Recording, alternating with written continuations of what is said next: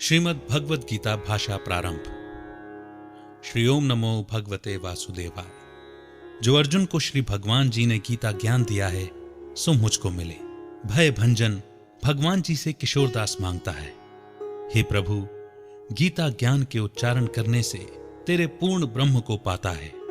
हे प्रभु, मैं आपकी शरण में पड़ा हूं। किशोरदास और कृष्णदास जो दीन हैं, गरीब हैं, आप कैसे हो जो संतों की विनय को मान लेते हो।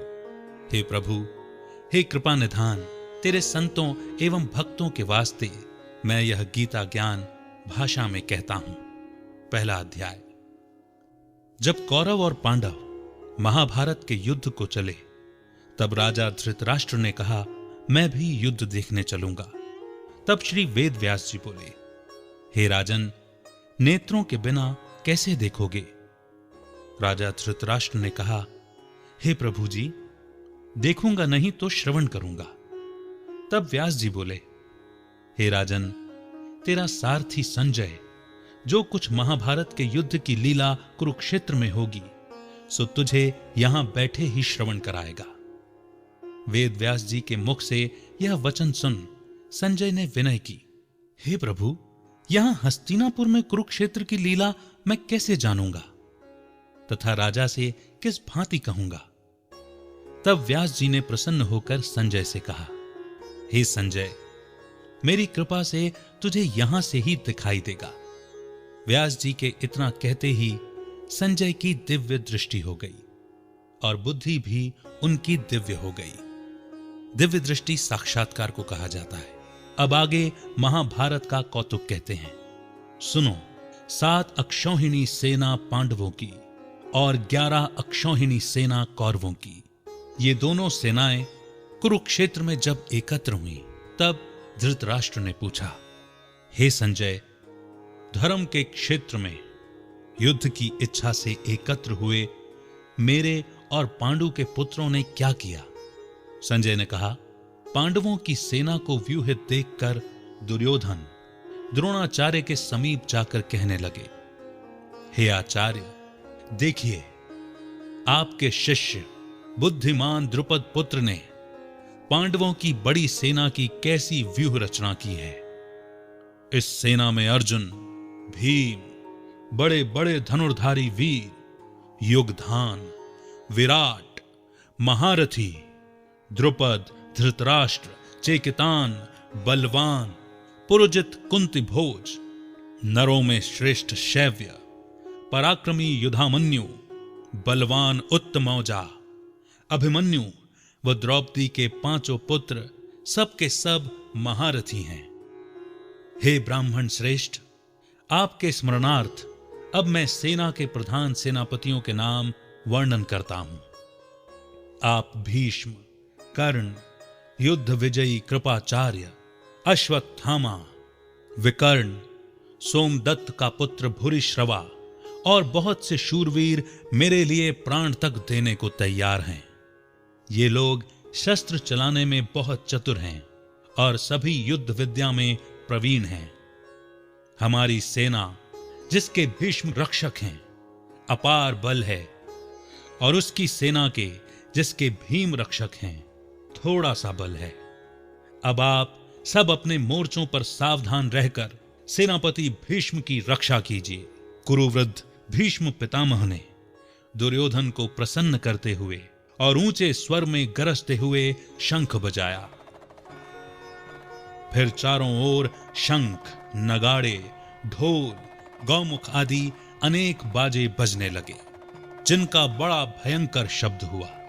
इसके अनंतर सफेद घोड़ों के रथ पर बैठे माधव, श्री कृष्ण और पांडव अर्जुन ने भी दिव्य शंखों को बजाया। श्री कृष्ण ने पांचजन्य और अर्जुन ने देवदत्त नामक शंखों को और भीषण कर्म करने वाले भीम ने पौंड्रक नामक बड़े शंख को बजाया। कुंती पुत्र धर्मराज युधिष्ठिर ने अनंत विजय, नकुल ने सुघोष, सहदेव ने मणि पुष्पक तथा महान धनुर्धर काशीराज शिखंडी ने धृष्टद्युम्न, विराट, अपराजित सात्यकी, राजा द्रुपद और द्रौपदी के 5 पुत्रों तथा महाबाहु अभिमन्यु, इन सब वीरों ने अपने अपने शंखों को बजाया। उन शंखों के भारी शब्द से आकाश और पृथ्वी गूंज उठी और धृतराष्ट्र पुत्रों के हृदय कांप उठे। हे राजन, अर्जुन ने कौरवों को युद्ध के लिए प्रस्तुत देखकर भगवान से कहा, हे अच्युत, मेरा रथ दोनों सेनाओं के बीच में खड़ा कीजिए, जिससे मैं युद्ध करने वालों को देख लूं कि इस रणभूमि में मुझे किन किन के साथ युद्ध करना चाहिए। दुर्बुद्धि दुर्योधन से प्रीति करने वाले जो संग्राम के लिए यहां एकत्र हुए हैं, उनको देख सकूं। संजय कहने लगे, हे राजन, अर्जुन की बात सुनकर श्री सारथी ने भीष्म, द्रोण आदि वीरों के सामने उत्तम रथ को खड़ा करके कहा, हे वीर, संग्राम के लिए उद्यत इन कौरवों को देख लो। अर्जुन ने चाचा, बाबा, गुरु, मामा, भाई, पौत्र, श्वसुर और स्वजनों को शस्त्रों से सुसज्जित खड़े देखा और उसने इन दोनों सेनाओं में अपने ही सब बांधवों को खड़ा देखकर परम दयाद्र हो अत्यंत खेद के साथ यह वचन कहे, हे प्रभु, संग्राम की इच्छा से आए इन अपने बंधुओं को देखकर मेरे अंग ढीले हो रहे हैं और मुख सूखा जा रहा है। मेरा शरीर बेकल हो रहा है, रोमांच खड़े होते हैं, गांडीव हाथ से गिरा जाता है, त्वचा जली जा रही है। हे प्रभु, मुझ में खड़े रहने की सामर्थ्य नहीं है। मेरा मन चक्कर खा रहा है और सब लक्षण मैं उल्टे देख रहा हूं और संग्राम में स्वजनों का वध करके कोई लाभ भी नहीं होगा, क्योंकि हे भगवान, मैं जीतकर राज्य व सुख भी नहीं चाहता हूं। हे प्रभु, हमको राज्य, भोग और जीवन से क्या काम है, क्योंकि जिनके लिए राज्य, भोग और सुख की इच्छा की जाती है, वे सब संग्राम में प्राण और धन की ममता छोड़ मरने को तैयार हैं। और आचार्य, पिता, पुत्र, पितामह, मामा, श्वसुर, पौत्र, साले और संबंधी ये सब मुझे मारें तो भी हे मधुसूदन, मैं इन्हें मारने की इच्छा नहीं करूंगा। हे जनार्दन, त्रिलोकी के राज्य के लिए भी मैं इन्हें नहीं मारना चाहता, फिर इस पृथ्वी के लिए तो कहना ही क्या। हे जनार्दन, धृतराष्ट्र के पुत्रों को मारकर हमारा क्या होगा? इन आतताइयों का वध करने से पाप ही होगा।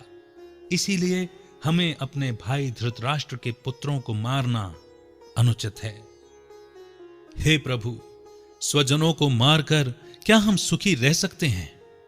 सब लोभ के वशीभूत हैं और कुल के नाश करने तथा मित्र द्रोह करने में पाप को नहीं देखते। कुल नाश को जानते हुए भी हमको इस पातक से क्यों नहीं दूर रहना चाहिए?